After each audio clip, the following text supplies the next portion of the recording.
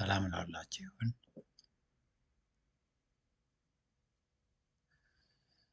እንዴት አመሻችሁ?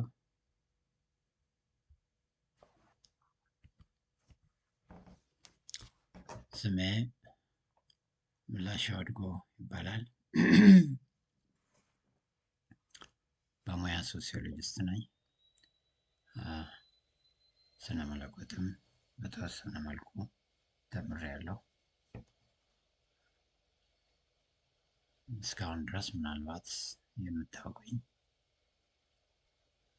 በፌስቡክ እና በትዊተር ፖስቶች ሊሆን ይችላል። ከዛሬ ጀምሮ ደግሞ በዩቲዩብ ቀጥታ ቪዲዮዎችን እየሰራሁ ማስተላለፍ ጀምሬያለሁ ማለት ነው። በጥሞና ስለምታዳምጡኝ በቅድሚያ አመሰግናችኋለሁ።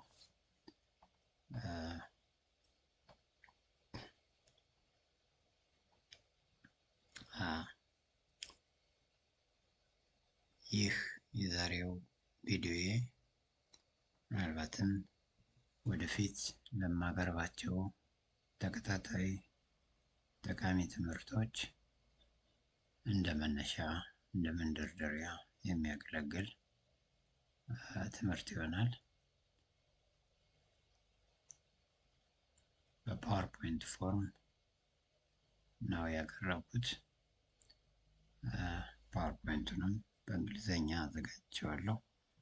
ነገር ግን አማርኛ ብቻ ለሚሰሙና አማርኛ ብቻ ለሚናገሩ ሰዎች ደግሞ በአማርኛ እያንዳንዱን ነገር እየተረጎምኩ እናገራለሁ። ስለዚህ በሁለቱም ቋንቋዎች ሰዎች መከታተል ይችላሉ ማለት ነው። ያው በሁለት ቋንቋዎች መጠቀም የፈለኩበት ምክንያት እንግሊዘኛም አማርኛም የሚችሉ ተጠቃሚዎች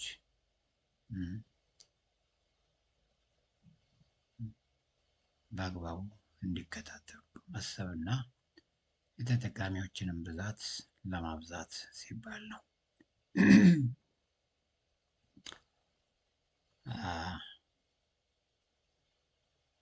ስላይዱ ላይ እንደምትመለከቱት የሚጀምረው የሰው ልጅ የልብ ጥያቄዎች ወይም ደግሞ የሰው ልጅ የህይወት ጥያቄዎች በሚል ርዕሰ ጉዳይ ነው። በዚህ ርዕሰ ጉዳይ ውስጥ ሰው ማን ነው? ሰው ምንድን ነው? የሰው ልጅ የህይወት ጥያቄዎችስ ምን ምን ናቸው? በሚሉ ሀሳቦች ላይ ማተኮር ቀስ በቀስም ሰውን ሊገልጡ የሚችሉ በተለይ ስለ ሰው ልጅ ጭንቅላትና ስለ ሰው ልጅ አእምሮ እያነጻጸርን ስለ ልዩነታቸው ካየን በኋላ የዛሬው ትምህርታችን ፍጻሜ ይሆናል ማለት ነው። እንዳልኳችሁ በተከታታይ ለማቀርባቸው ትምህርቶች እንደ መግቢያ እና እንደ መነሻ የሚያገለግል ነው። ከዚህ በኋላ የማስተምራችሁ ትምህርቶች በጣም ወሳኝ የሆኑ ምናልባትም ኮሌጆች እና ዩኒቨርሲቲዎች ውስጥ የማትማሯቸው አብያተ ክርስቲያናትም ውስጥ የማይሰጡ ትምህርቶች ሊሆኑ ይችላሉ። ብዙዎቹ ትምህርቶች በጥሞና ስለምትከታተሏቸው እንግዲህ እና ተጠቃሚም ስለምትሆኑ አመሰግናችኋለሁ። ያው እንግዲህ ትምህርቱን በአግባቡ እንድትከታተሉ ጋብዛችኋለሁ።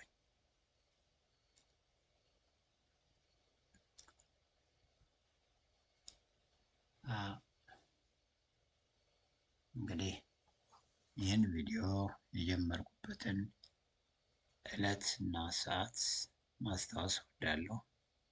የዩቲዩብ ቪዲዮ መጀመሪያ እንደመሆኑ መጠን ዛሬ ዕለቱ ሐምሌ 3 ቀን 2018 ዓመተ ምህረት ነው በኢትዮጵያውያን አቆጣጠር።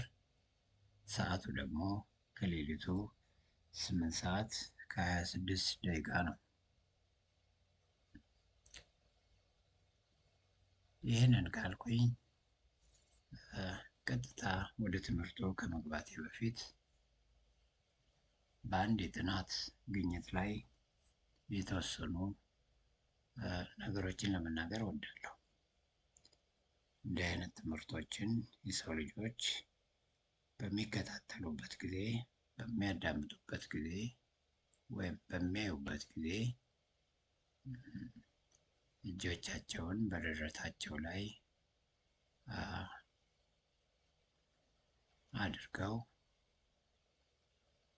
በቀጥታ በዝምታ በጸጥታ በሚያዳምጡበት ጊዜ የእነሱ ጭንቅላት ወይም የሰዎቹ ጭንቅላት የሰሚዎቹ ጭንቅላት 38%ን እውቀት መሸመት ይችላል ይላል ያ የጥናት ግኝት። በተቃራኒው ደግሞ እነዚህ ትምህርት የሚከታተሉ ሰዎች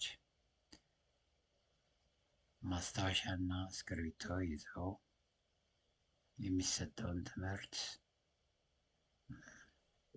ሌክቸር ኖቶችን እየያዙ ወይም እየተከታተሉ እየመዘገቡ የሚከታተሉ ከሆነ ትምህርቱን የሚከታተሉ ከሆነ የዛን እውቀት ወይም የዛን ትምህርት 78% ጭንቅላታቸው ይይዛል ይላል የጥናት ግኝቱ። በሶስተኛ ደረጃ እና የመጨረሻው ይህንን በጽሁፍም በቪዲዮም ሊሆን ይችላል በተለያዩ መንገዶች የቀረበውን ትምህርት 7 ጊዜ ደግመው ደጋግመው የሚከታተሉት ወይም የሚደጋግሙት ሰዎች ደግሞ የዛን ትምህርት ወይም የዛን እውቀት 98% ጭንቅላታቸው እንደሚይዝ ጥናቱ ይናገራል። ይህንን ያቀረብኩላችሁ እነዚህ ትምህርቶች በጣም ለሰው ሕይወት ጠቃሚ ስለሆኑ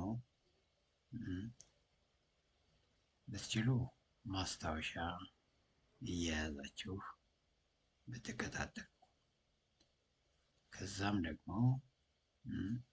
እነዚህን ትምህርቶች የበለጠ ኢንተርናላይዝ ለማድረግ ወይም ደግሞ ወደ ውስጣችሁ የበለጠ ለማስገባት ከፈለጋችሁ ደጋግማችሁ ቪዲዮውን እንድትመለከቱ ለማሳሰብ ፈልጌ ነው።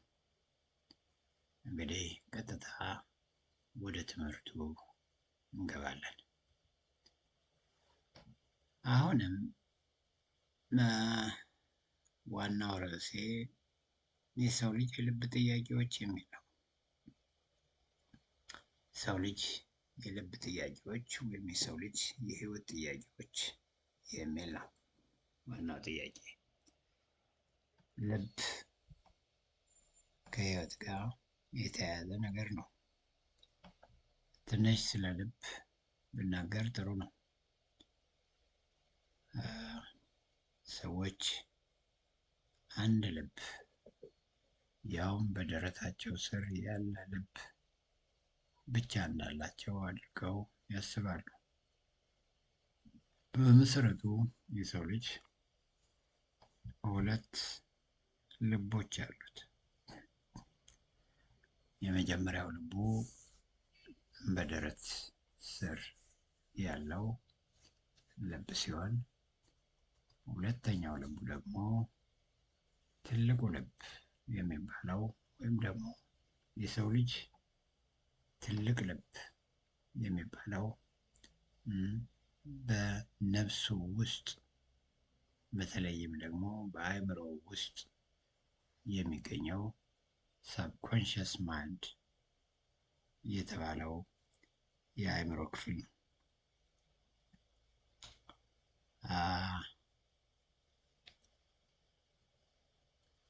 ሰዎች ብዙ ጊዜ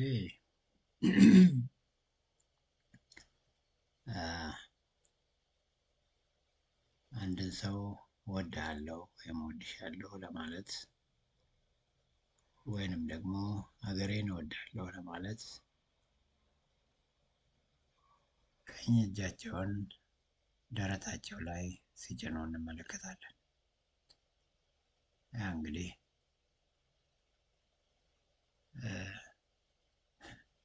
የእነሱ አስተሳሰብ ነው። በመሰረቱ ግን እውነተኛው ልባችን ያለው ደረታችን ስር ሳይሆን አእምሯችን ውስጥ ነው።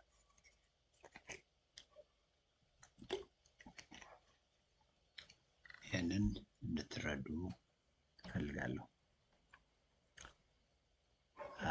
ደረታችን ስር ያለው ልብ ወይም ያለችው ልብ ሁለት ክፍሎች ያሏት፣ ነገር ግን ዋና ስራዋ ደምን ማዘዋወር ብቻ የሆነች ልብ ነች። ይቺ ልባችን it is simply an organ of blood circulation. It is not the faculty of thought or faculty of thinking. የማሰቢያ ተቋም አይደለችም ይችኛዋ ልባችን፣ ነገር ግን የደም ዝውውር ኦርጋን ነች ወይም ደግሞ አካል ወይም የአካል ክፍል ነች። እውነተኛው ልባችን ወይም ደግሞ ሁለተኛ ልብ የሚባለው ትልቁ ልብ የሰው ልጅ ልብ ግን በሰው ልጅ ነፍስ ውስጥ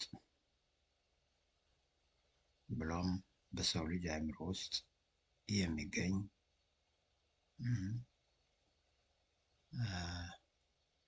የማይጨበጥና የማይዳሰስ ክፍል የሆነው ሰብኮንሽስ ማይንድ የሚባለው ነው።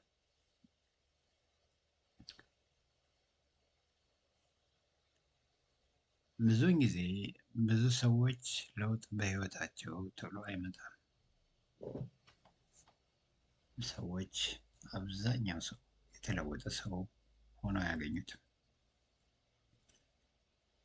በዓለም ታሪክ ውስጥ ጥቂት ሰዎች ብቻ ናቸው ከፍተኛ ለውጥ በህይወታቸው ተከናውነው የምንመለከተው።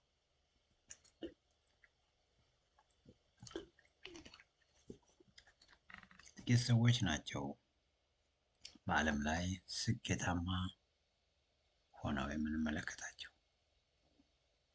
የዚህ ዋናው ምክንያት እዚህ ሰብኮንሽስ ማይንድ ላይ ለውጥ አለመምጣቱ ነው። የሰው ልጅ እንዲለወጥ ካስፈለገ ሰብኮንሽስ ማይንድ ላይ ለውጥ መምጣት አለበት። ሰብኮንሽስ ማይንዳችን ደግሞ አእምሯችን ውስጥ ይገኛል።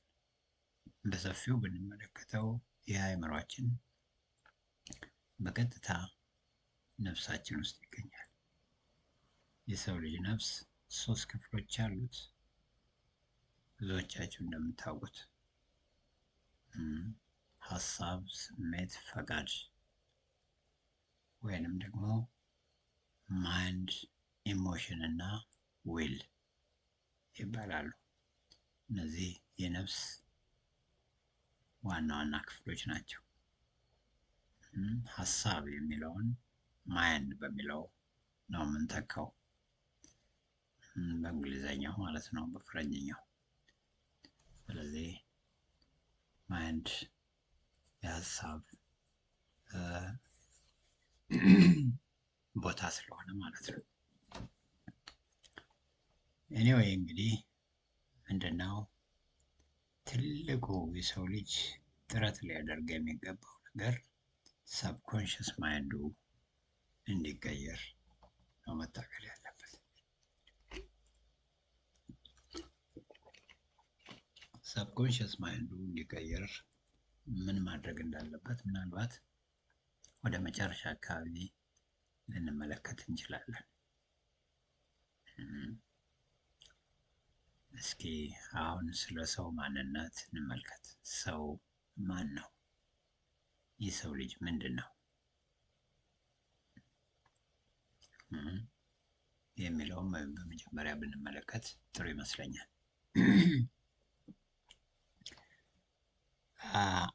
የሰው ልጅ ብዙ ትርጉሞች ቢኖሩትም ነገር ግን አንድ ሁለት ትርጉሞችን ብቻ ወስደን ጥቂት እንነጋገር። የሰው ልጅ አንደኛ ተነቦ የማያልቅ መጽሐፍ ነው። ያውም በብዙ ምዕራፎች ወይም የህይወት ምዕራፎች የተሞላ። የሰው ልጅ አውቄ ጨርሳለሁ ወይም አውቄ ጨርሻለሁ ብሎ የሚያስብ ሰው ካለ ያው የዋህ መሆን አለበት። የሰው ልጅ አውቃችሁ አትጨርሱትም እስከ ሞት ድረስ ማለት እችላለሁ። ዛሬ አውቄዋለሁ እንዲህ ነው ያላችሁት ሰው ነገ የተለየ ሰው ሆኖ ልታገኙት ትችላላችሁ። እንዴ ለካ አላውቀውም ትላላችሁ፣ ገና አላወቁትም ትላላችሁ። ሁለት ባለትዳሮች በአንድነት እስከ ሞት ድረስ አብረው ሲኖሩ ሳይተዋወቁ ሊሞቱ ይችላሉ። ሙሉ በሙሉ ሳይተዋወቁ 100% ማለት ነው። የተወሰነ ባህሪ የተወሰነ ነገርን ማወቅ ይቻላል። ሰውን ግን ሙሉ በሙሉ ለማወቅ አስቸጋሪ ነው። አያችሁ፣ ሶሲዮሎጂው ሂውማን ቢሄቪየር ኢዝ ኮምፕሌክስ ይላል። የሰው ልጅ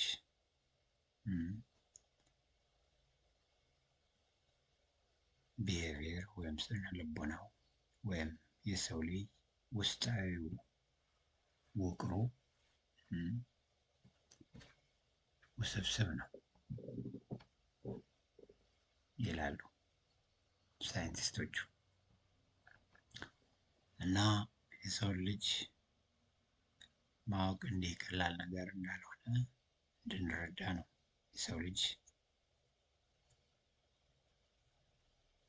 ውስብስብ የሆነ ስነ ልቦና ያለው ፍጡር እንደሆነ ለማመልከት ፈልጌ ነው። ሁለተኛው ስለ ሰው ልጅ ማወቅ የሚገባን ነገር የሰው ልጅ በአንድ መልኩ አስደናቂ ፍጡር ነው፣ በሌላ መልኩ ደግሞ አደገኛ ፍጡር ነው። ይህም የሚወሰነው ፈቃዱን በሚጠቀምበት ሁኔታ ላይ ነው። የሰው ልጅ ከአምላኩ ነፃ ፈቃድ ተሰጥቶታል።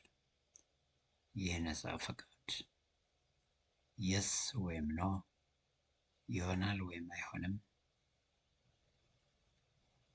እሺ ወይም እምቢ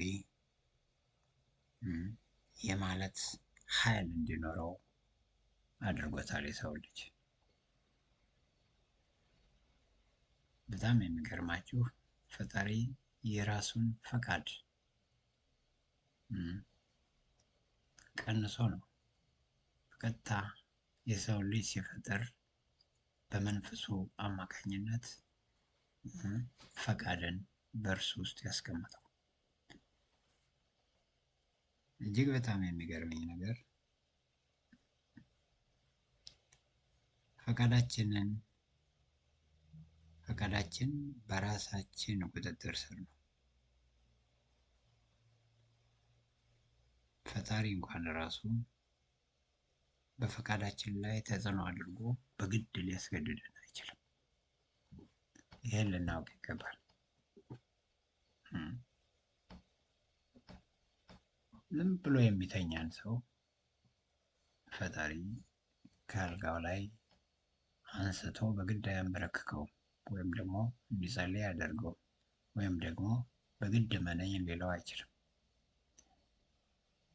በቃ የሰው ልጅ ፈጣሪን እንኳን የሚከተለው በገዛ ፈቃዱ ብቻ ነው። እንኳን የሰውን ልጅ ይቅርና ሰው የሰውን ድምፅ የሚሰማው ፈቅዶ ነው። ካልፈቀደ ሪጀክት ሊያደርገው ይችላል። አሁን የምናገረውን ነገር የምትሰሙኝ ሰዎች ወዳችሁ ፈቅዳችሁ ነው የምትሰሙኝ። ላስገድዳችሁ አልችልም። እንኳን እኔ ፈጣሪም የሰው ልጅ ሊያስገድድ ስለማይችል ማለት ነው። እና የሰው ልጅ ይህን የተሰጠውን ፈቃድ ይህን የተሰጠውን ነፃ ፈቃድ ዊል ፓወር ይሉታል ፈረንጆቹ። ይህንን ፈቃድ በአግባቡ እንደ ፈጣሪ ቃል እንደ ፈጣሪ ፈቃድ የሚጠቀምበት ከሆነ ያ ሰው በእውነትም አስደናቂ ፍጡር ነው። አስደናቂ ፍጡርም ሆኖ በምድር ላይ ይቀጥላል። እስኪሞትም ድረስ በአስደናቂ ፍጡርነቱ ዓለምን እያስገረመ ይቀጥላል። በሌላ መልኩ የሰው ልጅ አደገኛም ፍጡር ነው። በተለይ የተሰጠውን ፈቃድ በአግባቡ የማይጠቀም ከሆነ፣ ከፈጣሪ ፈቃድ ውጭ የሚጠቀመው ከሆነ፣ ከእግዚአብሔር ቃል ውጭ የሚጠቀመው ከሆነ ፈቃዱን፣ እንደዛ ሰውዬ አደገኛ ሰው በዚህ ምድር ላይ አይገኝም።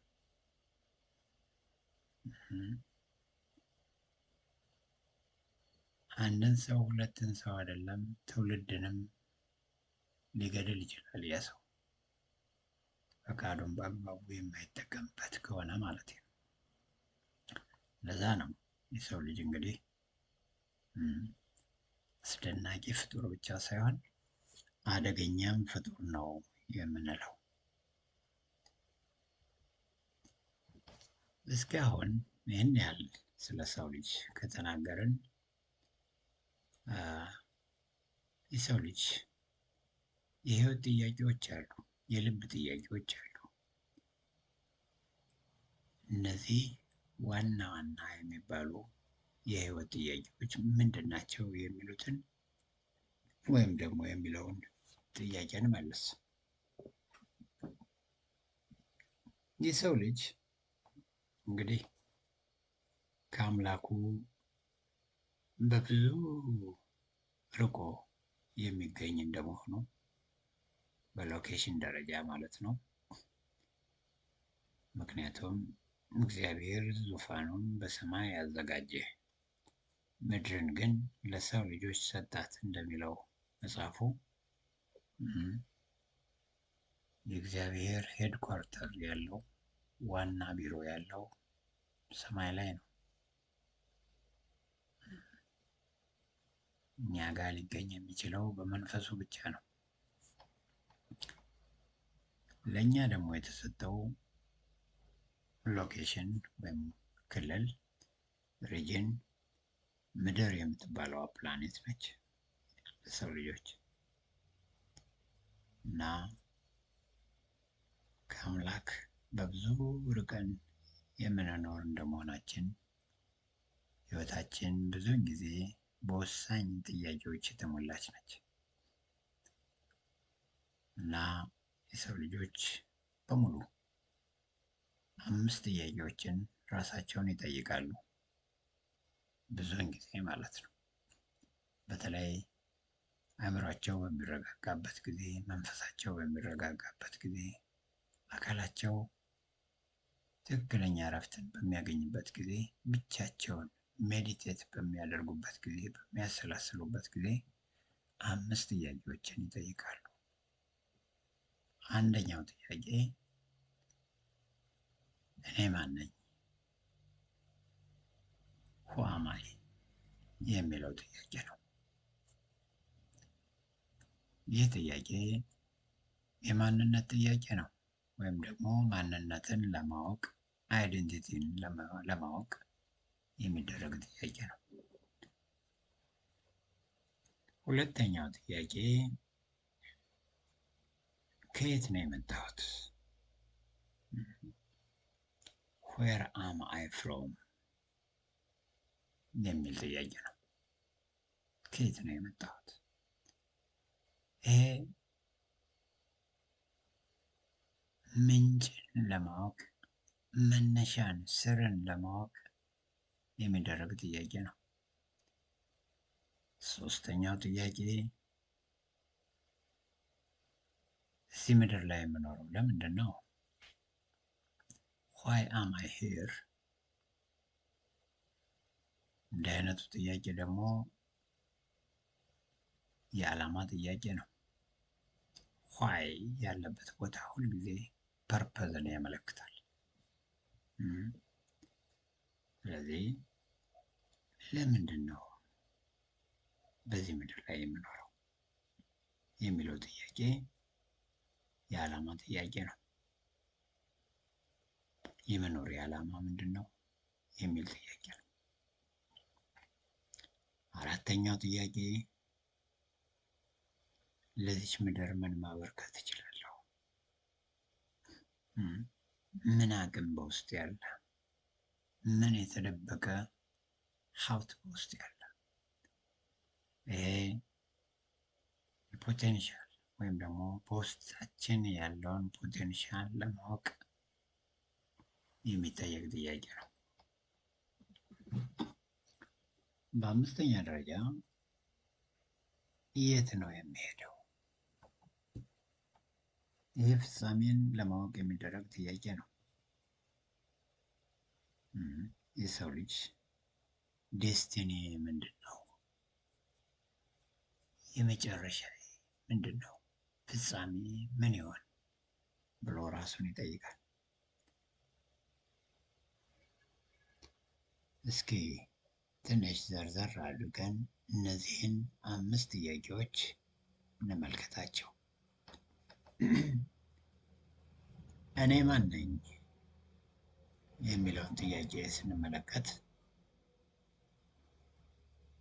ያው የማንነት ጥያቄ ነው ብያቸዋለሁ። ማንነትን ለማወቅ የሚደረግ ጥያቄ ነው ብያቸዋለሁ። የሰው ልጅ በአብዛኛው ራሱን አያውቅም።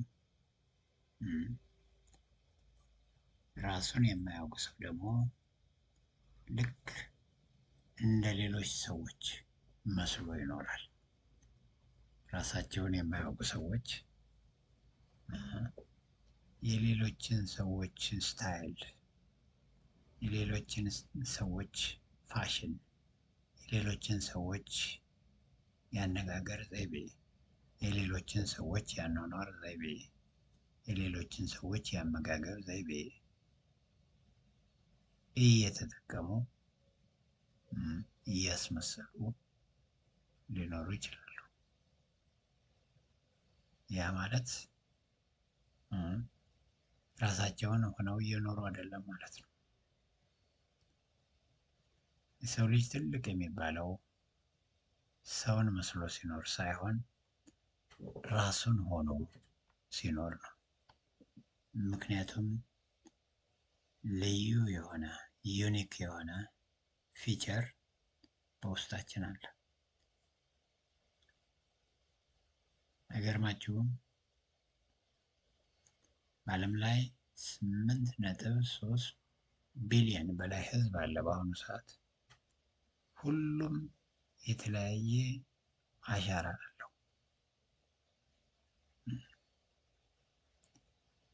ዲኤንኤያችንም ይለያያል።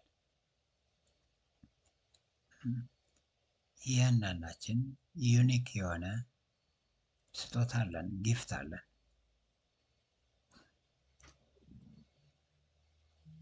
ራሱን በሚገባ የሚያውቅ ሰው እነዚህን ነገሮች ወደ ማወቅ ይመጣል።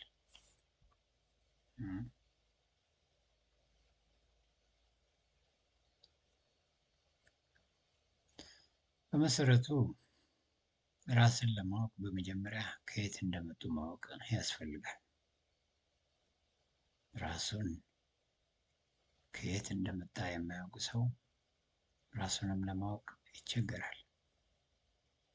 ምክንያቱም እኛ ምንጫችንን ነው የምንመስለው፣ ስራችንን ነው የምንመስለው፣ መነሻችንን ነው የምንመስለው።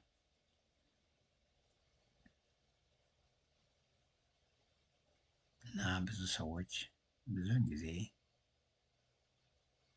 ራሳቸውን ለማወቅ ጥረት አያደርጉም፣ ራሳቸውንም በአግባቡ አያውቁም። በመሰረቱ ብዙውን ጊዜ እኛ ራሳችንን ነን የምንለውን ያህል በሚገባ ራሳችንን እንኳን አናውቅም፣ እንኳን ሌላውን ለማወቅ ይቅርና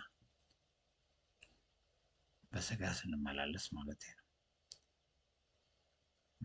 በመንፈስ ስንመላለስ ግን የራሳችንን ባህሪ ከማወቅ በተጨማሪ ሌላውንም የማወቅ ኃይል በውስጣችን አለ። መንፈሳዊ ሰው ሁሉን ይመረምራል፣ እርሱ ራሱ ግን በማንም አይመረመርም እንደሚለው መጽሐፉ።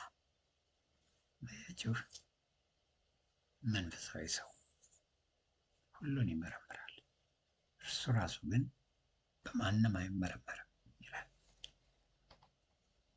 እና ስለኛ ማንነት የጠለቀ ግንዛቤ ያለውና ዝርዝር ነገራችንን የሚያውቀው ፈጣሪያችን ብቻ ነው። ልክ የቶዮታን መኪና ሚስጥር ወይም ደግሞ ቶዮታ መኪና ምን አይነት እንደሆነ ዝርዝር ነገሩን የምታዩት ቶዮታ ካምፓኒ ጋር ብቻ ነው። በእጃችሁ የያዛችሁትን ሞባይል ለምሳሌ ሳምሰንግ ሞባይል ከሆነ ዝርዝሩን የሚያውቀው የሳምሰንግ ካምፓኒ ነው። እንደሚባለው አንድ ሳምሰንግ ሞባይል በውስጡ ወደ 3000 ፋንክሽኖች አሉበት ይባላል። እኛ በዚህ ምድር ላይ ስንኖር በጣም የተመረጠ ሳምሰንግ ሞባይል እንኳን ይዘን ምናልባት 10-15ቱን ፋንክሽኖች ካወቅን ነው፣ ቀሪውን አናውቀው።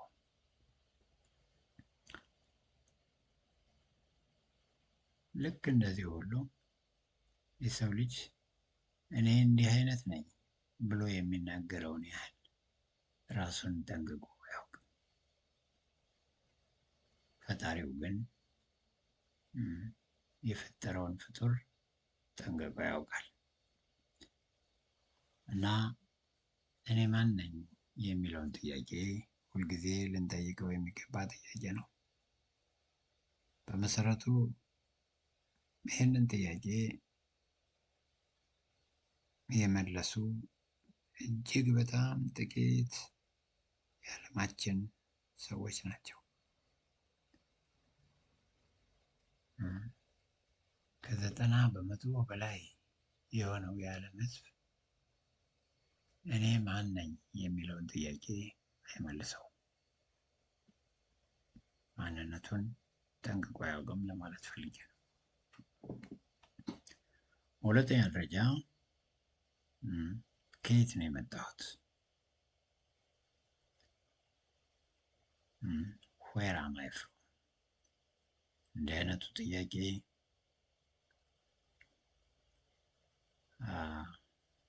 ዝርያን ወይም አገርን ለማወቅ የሚደረግ ጥያቄ አይደለም። ይህንን ማስተዋል አለብን። አንዳንዶች ከየት ነው የመጣችሁት ወይም ደግሞ ከየት ነው የመጣኸው ብትሉት እኔማ ከዚህ ብሔረሰብ ወይም ከዛ ብሔረሰብ ከዚች ሀገር ወይም ከዛ ሀገር ነው የመጣሁት ይሏቸዋል። ይሄ ጥያቄ ይሄንን የሚጠይቅ ጥያቄ አይደለም። በመሰረቱ አምስቱም ጥያቄዎች መንፈሳዊ ጥያቄዎች ናቸው።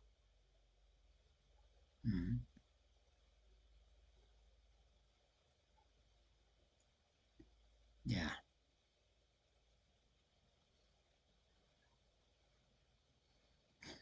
ከየት እንደሆነ ጠንቅቆ የሚያውቅ ሰው ትልቅ ሰው ይባላል። ምንጩን የሚያውቅ ሰው፣ መነሻውን የሚያውቅ ሰው፣ ስሩን የሚያውቅ ሰው፣ መሰረቱን የሚያውቅ ሰው ማለት ነው ትልቅ ሰው ይባላል። እና ከየት ነው የመጣሁት የሚለው ጥያቄ ምንጭን ወይም ሄሪቴጅን ወይም ሶርስን ለማወቅ የሚደረግ ጥያቄ ነው።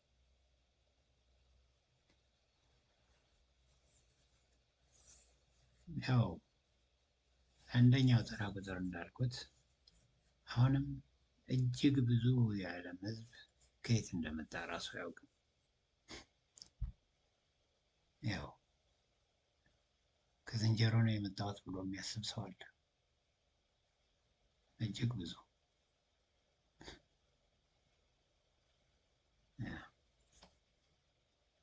ይሄ እንግዲህ አንደኛ ራስን ያለማወቅ ጥያቄ ነው ማለት ያለማወቅ ጉዳይ ነው። ሁለተኛ ደግሞ እውነተኛውን መነሻውንና ምንጩን ያለማወቅ ጉዳይ ነው።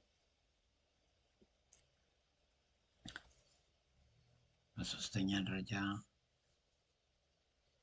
እዚህ ምድር ላይ የምኖረው ለምንድን ነው? ዋይ አም አይ ሂር?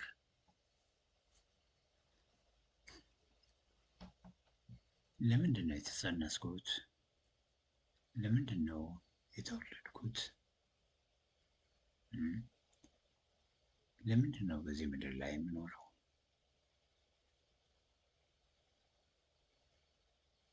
ይላል አንድ ሰው ወደ ጠለቀ ህይወቱ ማሰብ ሲጀምር።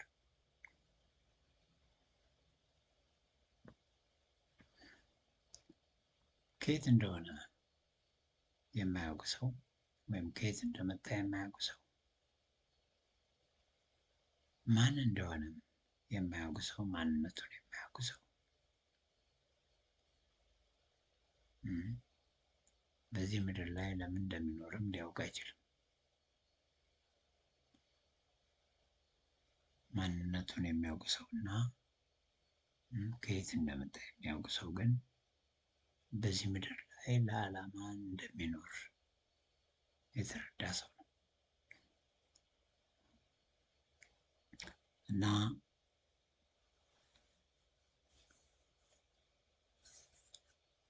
እዚህ ምድር ላይ የምኖረው ለምንድን ነው የሚለው ጥያቄ የዓላማ ጥያቄ እንደሆነ እንድታውቁት ነው።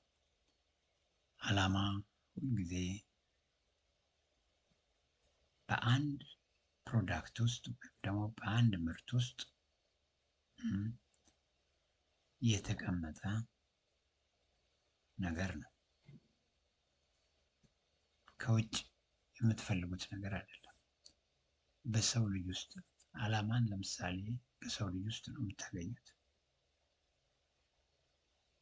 እንጂ ሰው ከውጭ ዓለምን እየዞረ የሚፈልገው ነገር አይደለም። ዓላማ በቃ የሰው ልጅ የመኖር ዓላማው የሚገኘው በውስጡ ነው። ለውጥ ሁልጊዜ ከውስጥ ይጀምራል፣ ከውጭ አይደለም። የተወለድነው ዓላማን በውስጣችን ተቀምጦልን ነው።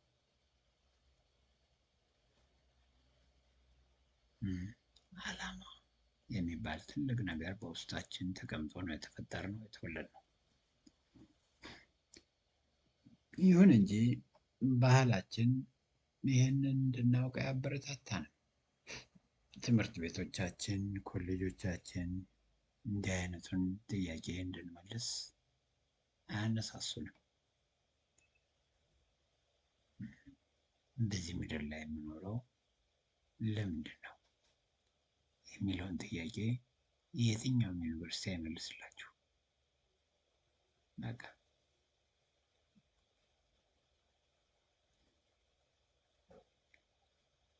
ስለዚህ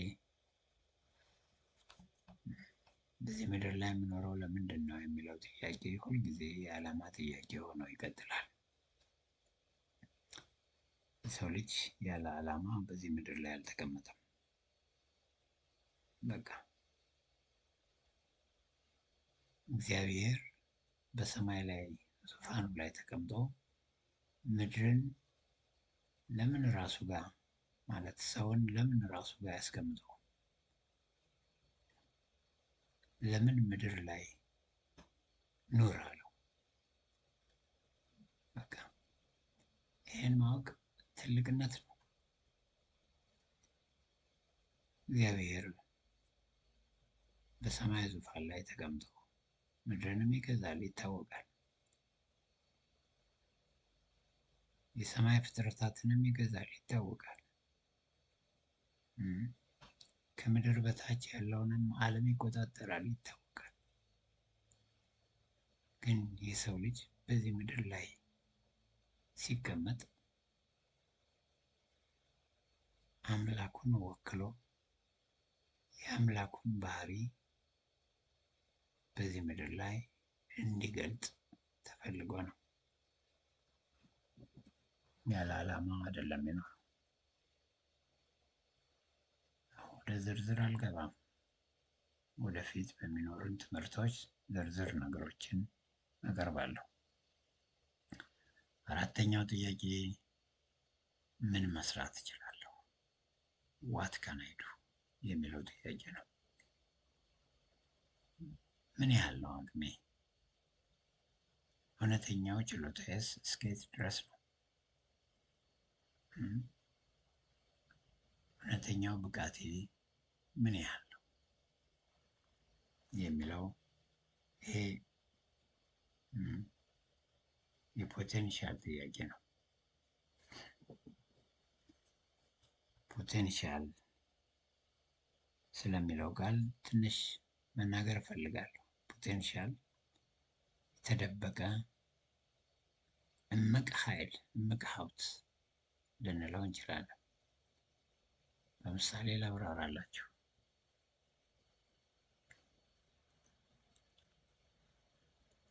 የሰው ልጅ ወይም አንድ ሰው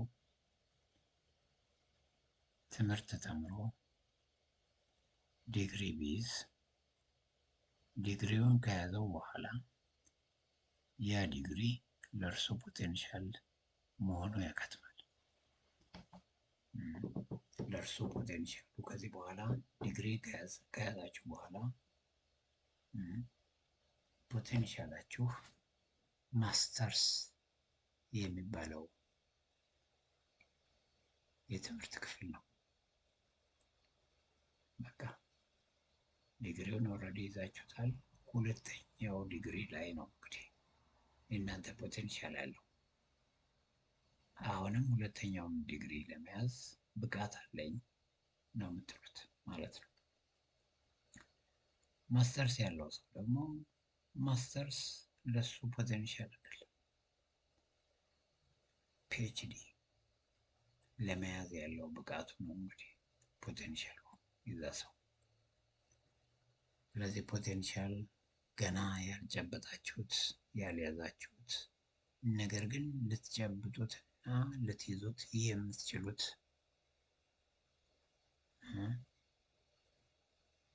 ከውስጥ ተደብቆ ያለ ኃይል ነው። ስለ ፖቴንሻል ስናወራ ስለ ብሬን ፓወርም ብናወራ ጥሩ ነው። የጭንቅላት ኃይል ስለሚለው ነገር ብናወራ ጥሩ ነው። የሰው ልጅ ዛሬ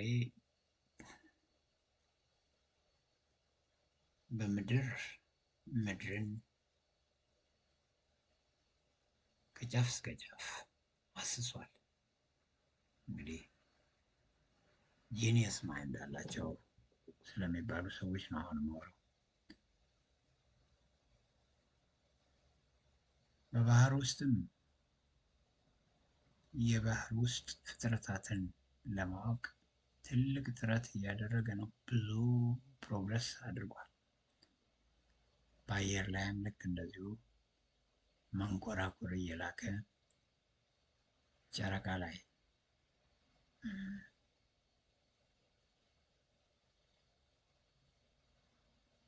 ማርስ ላይ እንደዚሁም የተለያዩ የአየር ወይም ደግሞ የህዋ አካላት ላይ በማረፍ ላይ ይገኛል። አውሮፕላን ሰርቶ ከሀገር ወደ ሀገር በአጭር ጊዜ ውስጥ ይደርሳል። መርከብን ሰርቶ በመርከብ ውቅያኖሶች ጋር ሲሄድ ውሎ ያድራል።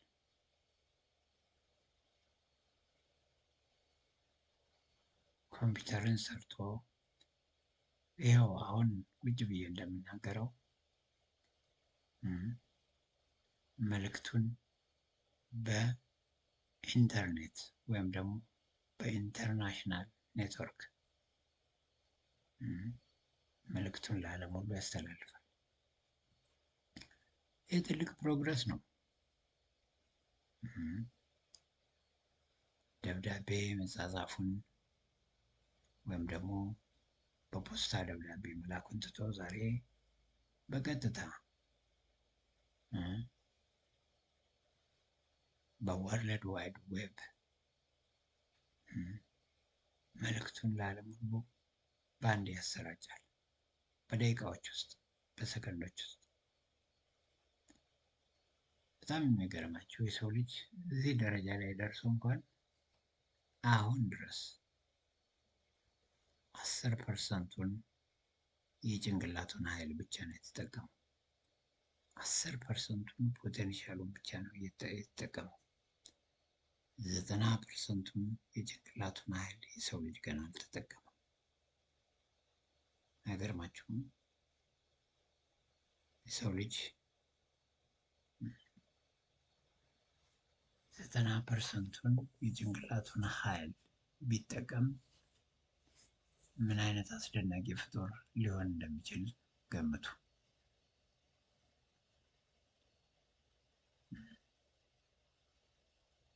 አያችሁ?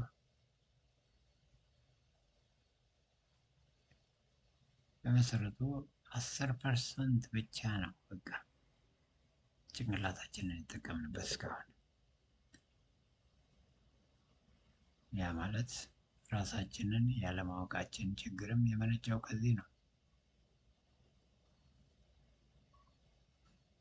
ሰው ራሱን በአብዛኛው ያውቃል፣ ጠንቅቆ ያውቃል። እንኳን ሌላውን ለማወቅ ይቅርና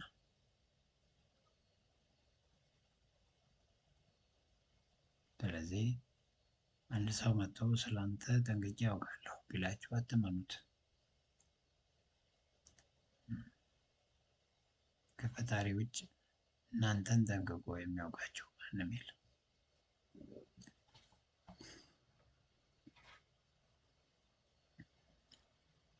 ከዚህ የተነሳ ራሳችንን ካለማወቃችን የተነሳ እኛ ተደላለን የተቀመጥንበት ነገር አውቄዋለሁ ይዤዋለሁ ያልነው ነገር ፈጣሪን ተስፋ ያስቆርጠዋል። ምክንያቱም አላወቅነውማ፣ አልጨበጥነውማ፣ ልክ አይደለንም ማለት የምናስበው ነገር ልክ አይደለም ማለት ነው።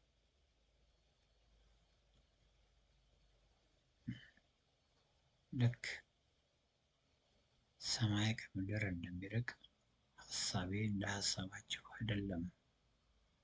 ልክ እንደዚሁ የኔ ሀሳብና የእናንተ ሀሳብ ይራራቃል እንደሚለው ፈጣሪ ማለት ነው። እና ይዘነዋል ጨብጠነዋል ብለን የምንኮራበት ነገር እግዚአብሔርን የሚያሳፍረው ነገር ነው ብዙውን ጊዜ።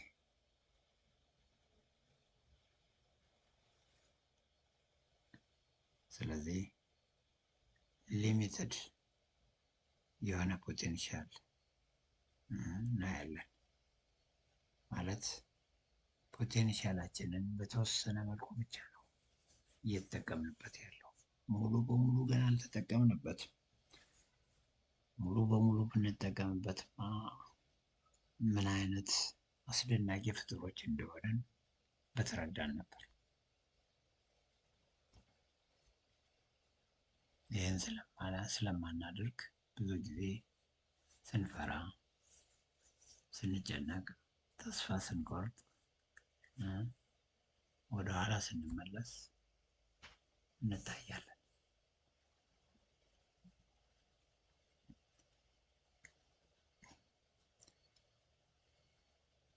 ወደ አምስተኛው እና የመጨረሻው የሰው ልጅ የልብ ጥያቄ እንመለስ። የት ነው የሚሄደው? ፍጻሜ ምንድን ነው? Where am I going?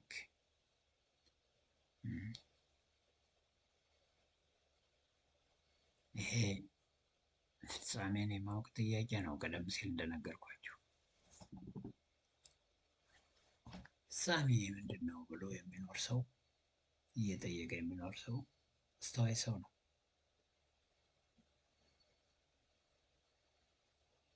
ነገ እንደሚሞት የማያውቅ ሰው የዋህ ሰው ነው፣ ጅልም ነው። ነገ እንደሚሞት እያወቀ ኑሮውን አስተካክሎ የማይኖር ሰው ትክክለኛ ሰው አይደለም። የአስተሳሰብ ችግር ያለበት ሰው እና ሁልጊዜ ፍጻሜያችንን አውቀን መንቀሳቀስ ይኖርብናል። ስኬታማ እንድንሆን ከተፈለገ በአጠቃላይ እነዚህን 5 የልብ ጥያቄዎች፣ የሰው ልጅ የህይወት ጥያቄዎች ባጭሩ እንግለጻቸው ከተባለ ስለ ሰው ልጅ የሚገልጹ እጅግ መሰረታዊ የሆኑ ጥያቄዎች ናቸው። በጣም የሚገርማችሁ ከ90% የዓለም ህዝብ 90% በላይ የዓለም ህዝብ እነዚህን ጥያቄዎች እስካሁን ድረስ አልመለሳቸውም። ለዛ ነው በምድር ላይ የተተረማመሰን የምንኖረው። ምድር መስቀልቅሏ የወጣው በዚህ ምክንያት ነው። እነዚህን ጥያቄዎች ባለመመለሳችን ምክንያት ነው። ጥያቄዎቹን በአግባቡ ብንመልስ ይህች ምድር ያምርባት ነበር፣ ትስተካከል ነበር። ፈጣሪ ከሰማይ ወርዶ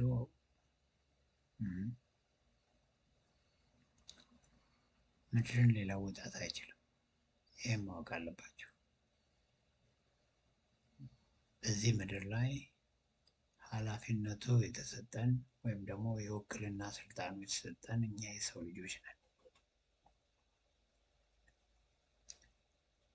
ፈጣሪ ወደዚህ ምድር ሊመጣ የሚችለው በፍጡሮቹ ሲጋበዝ ብቻ ነው።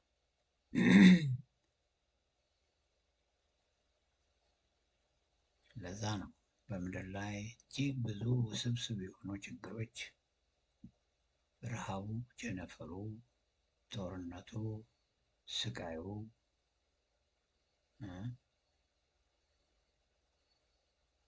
ዝሙቱ፣ ብዙ የምድር ችግሮች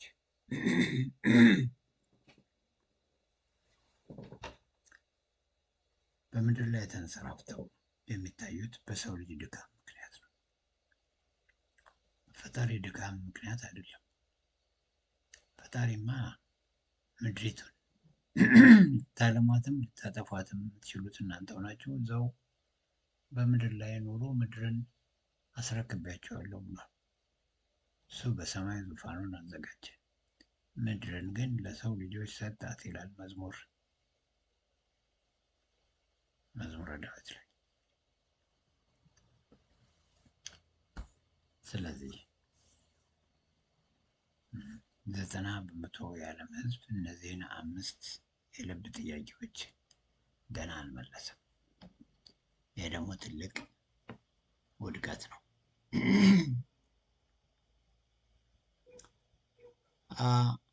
ስለ ሰው ልጅ እና ስለ ልብ ጥያቄዎቹ ይህን ያህል ካልን፣ እስኪ አሁን ደግሞ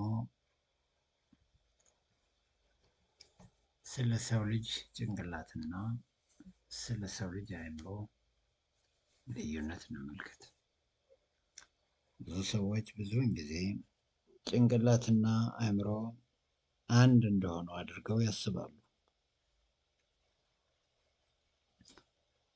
በመሰረቱ እነዚህ ሁለቱ ነገሮች አንድ አይደሉም፣ ተመሳሳይም አይደሉም።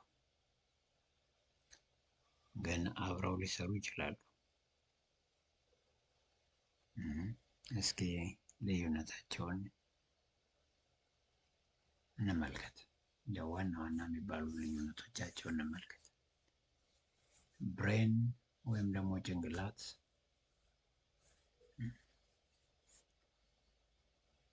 የሚጨበጥ የሚዳሰስ የአካላችን ክፍል ነው።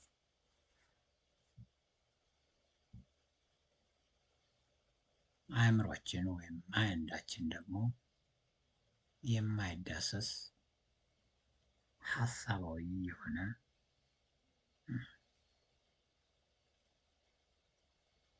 ክፍል ነው።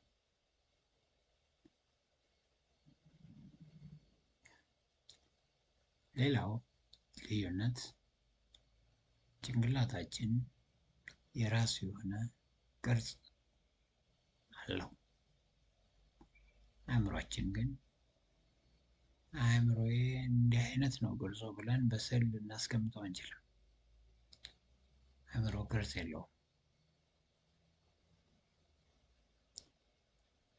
ሌላው ሶስተኛው ጥያቄ ማለት ልዩነት ጭንቅላታችን የነርቨስ ሲስተማችን ማዕከል ነው። ነርቨስ ሲስተማችንን የሚቆጣጠረው ጭንቅላታችን ነው።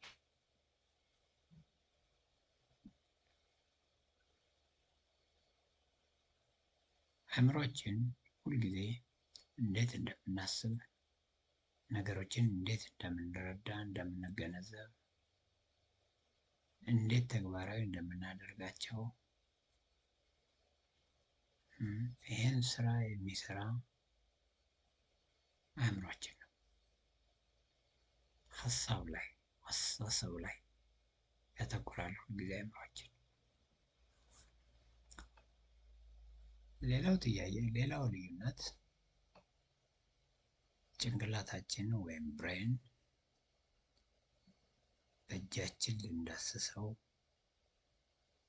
ስሜቱንም ልንጋራው እንችላለን። በተቃራኒው አእምሯችን ግን በእጃችን ልንዳስሰው አንችልም።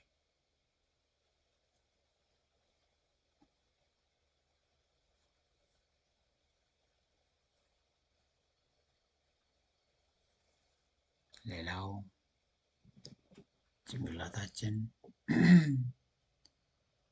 የሚጨበጥና የሚዳሰስ እንደመሆኑ መጠን በውስጡ የደም ቧንቧዎችና የነርቭ ሴሎች የሞሉበት ነው። የሚታዩ የሚዳሰሱ የደም ቧንቧዎችና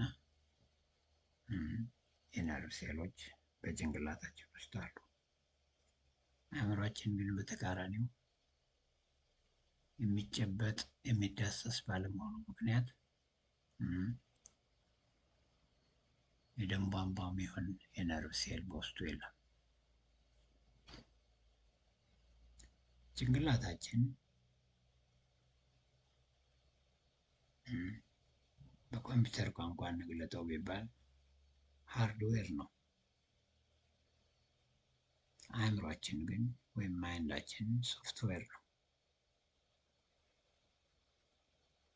መቼስ ብዙዎቻችሁ ኮምፒውተር ከፊት ለፊታችሁ አለ። እኔን ስትከታተሉ በአሁኑ ሰዓት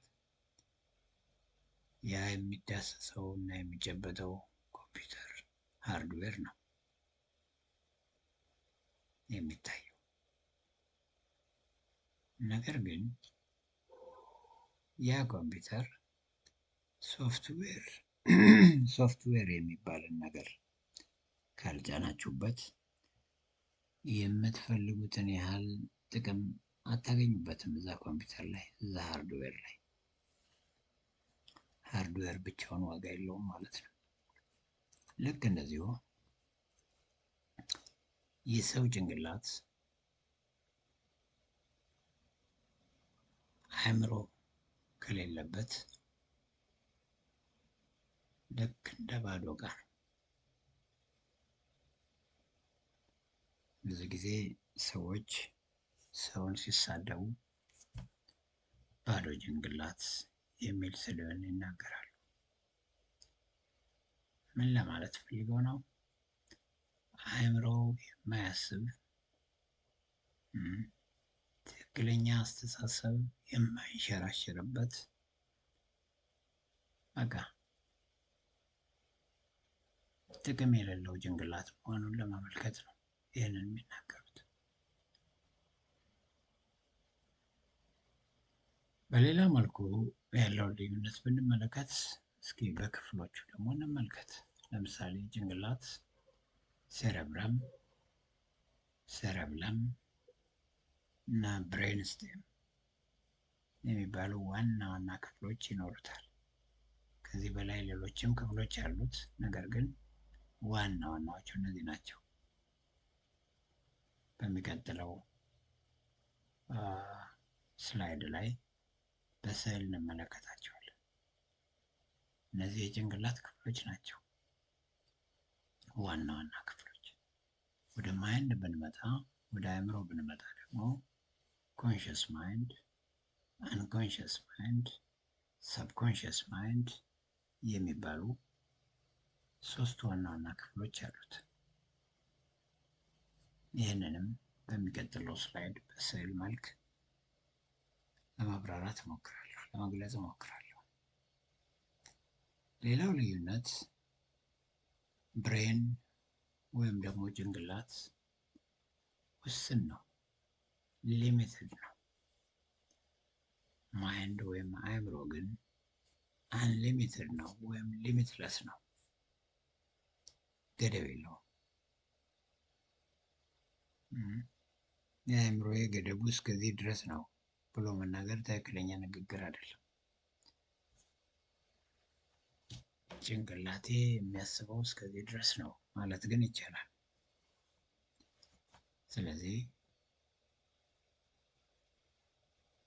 በዚህ ሰዓት እያየን ያለ ነው ብሬን እና ማይንድ የተለያዩ ነገሮች መሆናቸው ነው። ጭንቅላት እና አእምሮ ሁለቱ ፈጽሞ የተለያዩ ነገሮች መሆናቸውን ነው እየተመለከትን ያለ ነው። እስኪ በስዕል እንመልከት።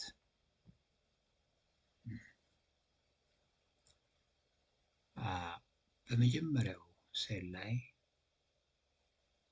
በጥቁር ቅብ ላይ ሰማያዊ ባረፈበት ጭንቅላት ውስጥ ስንመለከት መረጃ ወይም ኢንፎርሜሽን መጀመሪያ በሰው የስሜት ህዋሳቶች በማየት፣ በመስማት፣ በማሽተት፣ በመቅመስ፣ በመዳሰስ መረጃ ወደ አእምሯችን ይገባል። ያ መረጃ ወደ አእምሯችን መጥቶ መጀመሪያ የሚያርፈው ኮንሽስ ማይንዳችን ላይ ነው።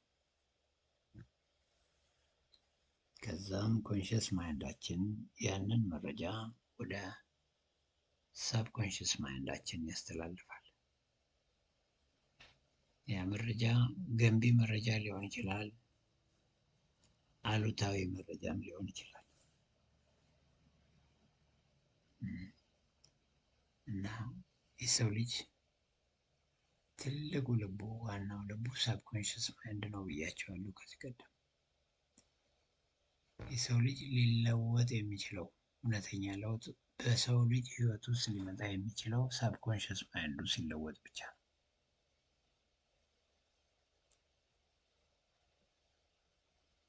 እስኪ ከዚህ ወደ ፒራሚዱ ቀጥታ እንሄድ። የሰው ልጅ አእምሮ በሶስት ከፍለነዋል። ኮንሽስ ማይንድ፣ ሳብኮንሽስ ማይንድ እና አንኮንሽስ ማይንድ ብለን። በጣም የሚገርማችሁ ኮንሽስ ማይንዳችን የአእምሯችን 10% ብቻ የሚሸፍን ነው። ሳብኮንሽስ ማይንዳችን የአእምሯችንን ትልቁን ሼር የያዘ ነው፣ ከ50 እስከ 60 በመቶ። አንኮንሽስ ማይንዳችን ወይም ደግሞ እንቅልፋሙ የአእምሯችን ክፍል የሚባለው ከ30 እስከ 40% የአእምሯችንን ክፍል ይሸፍናል። እና አሁን እኔ እየተናገርኩ ነው፣ እናንተ እየሰማችሁ ነው። የኔ አእምሮ በተወሰነ መልኩ አንቀላፍቶ ወይም ተኝቶ ሊሆን ይችላል። ያ ክፍል አንኮንሽስ ማይንድ ይባላል። የእናንተም አእምሮ ተመሳሳይ ነው። 100% አቴንቲቭሊ ነው እየተከታተልኩ ያለሁት ብሎ የሚናገር ሰው የለም። በተወሰነ መልኩ ከድካም ሊሆን ይችላል፣ ከስጋ ድካም፣ ከተለያዩ ነገሮች ምክንያት የሰው ልጅ የተወሰነ አንኮንሽስ ማይንዱ ይተኛል። በኮንሽስ እና በሳብኮንሽስ ማይንዱ ደግሞ ይከታተለናል፣ ያዳምጣል። ስለዚህ ስለ አእምሮ ምችን ታክል ካለን ወደ ዝርዝሩ ወደፊት እንመጣለን። ጭንቅላትን ደግሞ እንመልከት። ከግራ በኩል አሁንም ከስር ያለውን ስዕል እንመልከት። ቅድም እንዳልኩት የሰው ልጅ ጭንቅላት ሴረብረም እና ብሬን ስቴም የተባሉ ዋና ዋና ክፍሎች አሉት ብያለሁ። ሴረብረም የት ቦታ ላይ ነው ያለው ብለን ብንጠይቅ ከግንባራችሁ ጀምራችሁ እስከ ማጅራታችሁ ድረስ ሰፊውን ክፍል የያዘው ሴረብረም የተባለው የጭንቅላታችን ክፍል ነው። ስለ ጭንቅላት ነው የማወራው፣ ስለ ማይንድ አይደለም። ከሴረብረም ስር ማጅራታችን ላይ የሚገኝ ደግሞ ሴረብለም የተባለ የአእምሯችን የጭንቅላታችን ክፍል አለ። ሴረብለም ማለት ነው። ከዛ አንገታችን ከአከርካሪ አጥንታችን የሚያገናኝ ደግሞ ብሬን ስቴም የተባለ ነገር አለ። አያችሁ፣ ሀሳብ የሚተላለፈው የሚመላለሰው ሴረብረም ላይ ነው። ትልቁ የጭንቅላታችን ክፍል ላይ ሴረብረም የሚባለው ላይ ነው። ይህንን ማስተዋል ያስፈልጋል። ስለዚህ ሴረብረም ዘ ቲንኪንግ ፓርት ኦፍ ዘ ብሬን ይባላል። ሀሳብ የሚንቀሳቀስበት የጭንቅላታችን ክፍል ማለት ነው። እንግዲህ ወንድሞቼ እና እህቶቼ እስካሁን ድረስ ስለ ሰው ልጅ ምንነት፣ ስለ 5ቱ የሰው ልጅ መሰረታዊ የህይወት ጥያቄዎች እንደዚሁም ስለ ሰው ልጅ ጭንቅላትና ስለ ሰው ልጅ አእምሮ ልዩነቶች ስንመለከት ቆይተናል። እንዳልኳችሁ ቀደም ሲል የዛሬው ትምህርታችን ወደፊት ለሚመጡት ትምህርቶቻችን እንደ መግቢያ የሚያገለግል ብቻ ነው። ብዙ ዝርዝር የሆኑ ነገሮችን ወደፊት እናያለን እንደ እግዚአብሔር ፈቃድ። ስለዚህ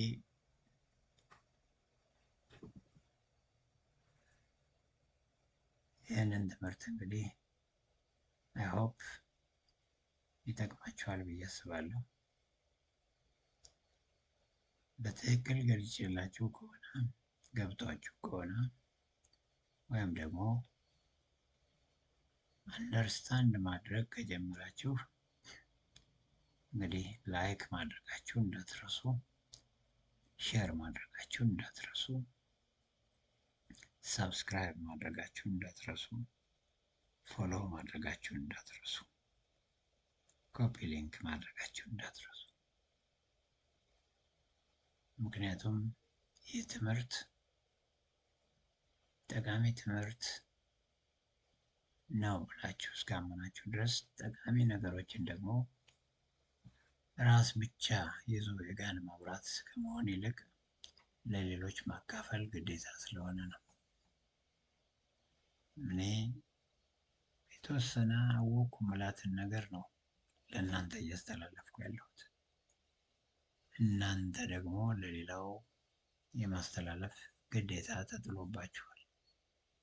ግዴታው ከኔ ሳይሆን ከፈጣሪ ከራሱ ነው።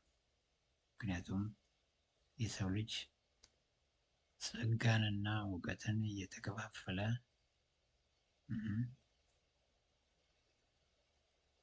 እውቀቱን እየሞረደ ጭንቅላቱን እየሞረደ እንዲኖር